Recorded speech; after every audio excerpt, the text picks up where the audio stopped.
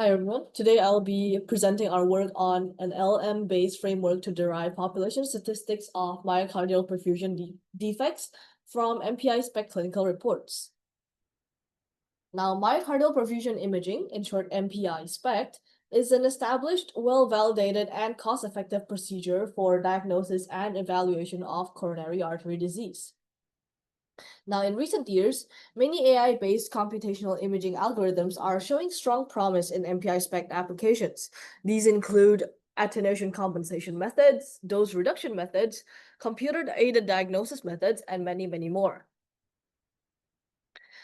Now, objective evaluation of AI methods on relevant clinical tasks is essential for clinical translation of these methods. In context of MPI SPECT, the relevant clinical task that we care for is the defect detection. Now, for objective evaluation of these MPI SPECT methods on defect detection, we would need for a ground truth or an accurate reference standard. However, this can be challenging, expensive, and time-consuming to obtain. Now, in this case, synthetic defect insertion-based approaches provides a mechanism for early-stage validation studies. Previous studies have used synthetic defect insertion methods to conduct simulation studies, where an MPA SPECT image with no defects undergoes a synthetic defect insertion process to obtain a cohort of synthetically inserted defects with varying properties. Now, these varying properties would depend on a certain defect property distribution. So for these simulation studies to be clinically realistic, the defect properties distributions used must also be clinically realistic. Now, one way to obtain these defect distributions is through analyzing MPI SPECT clinical reports. Now, most of these reports are free text-based reports with elaborate descriptions that describe the patient history, the imaging protocol, the physician's impressions and findings of these cardiac defects. Now, here I illustrate an example of an MPI SPECT clinical report. Now, as you can see, this is a small part of the clinical report, where the highlighted parts are the descriptions of the cardiac defects. Another example is shown here. It's also a free text-based report. And as you can see, there are some variations to how different physicians describe these cardiac defects and how they describe their properties, including the defect presence, the defect severities, the extent, the locations, etc.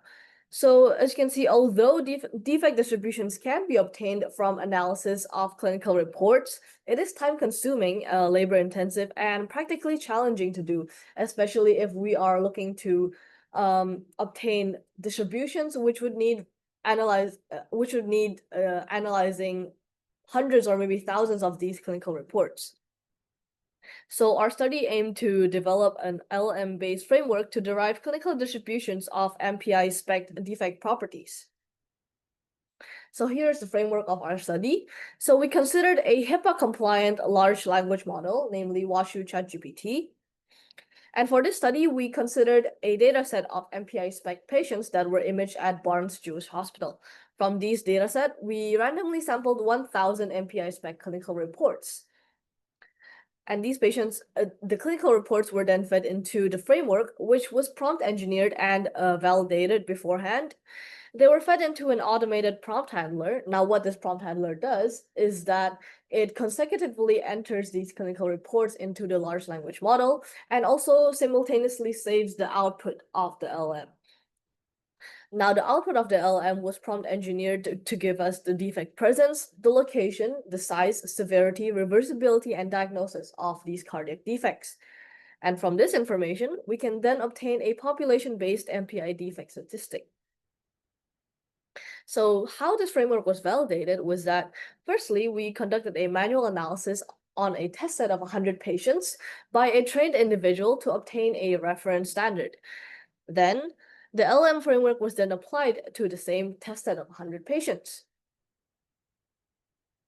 The framework accuracy was then evaluated. So for each of the 6 categories that were assessed, the accuracy of the LLM was evaluated by the binary scoring system, where we give a score of 1 if the LLM answer matches the manual analysis answer, and a score of 0 otherwise. The accuracy is then computed by a percentage of the score over total cases. And lastly, due to the stochastic nature of LLMs, the framework validation process was repeated multiple times with the same test set to ensure consistency and reliability. Now here are the results for the framework accuracy. So the percentages above the bars are the mean accuracies for the entire validation process, and the numbers in the brackets are the confidence intervals for each category.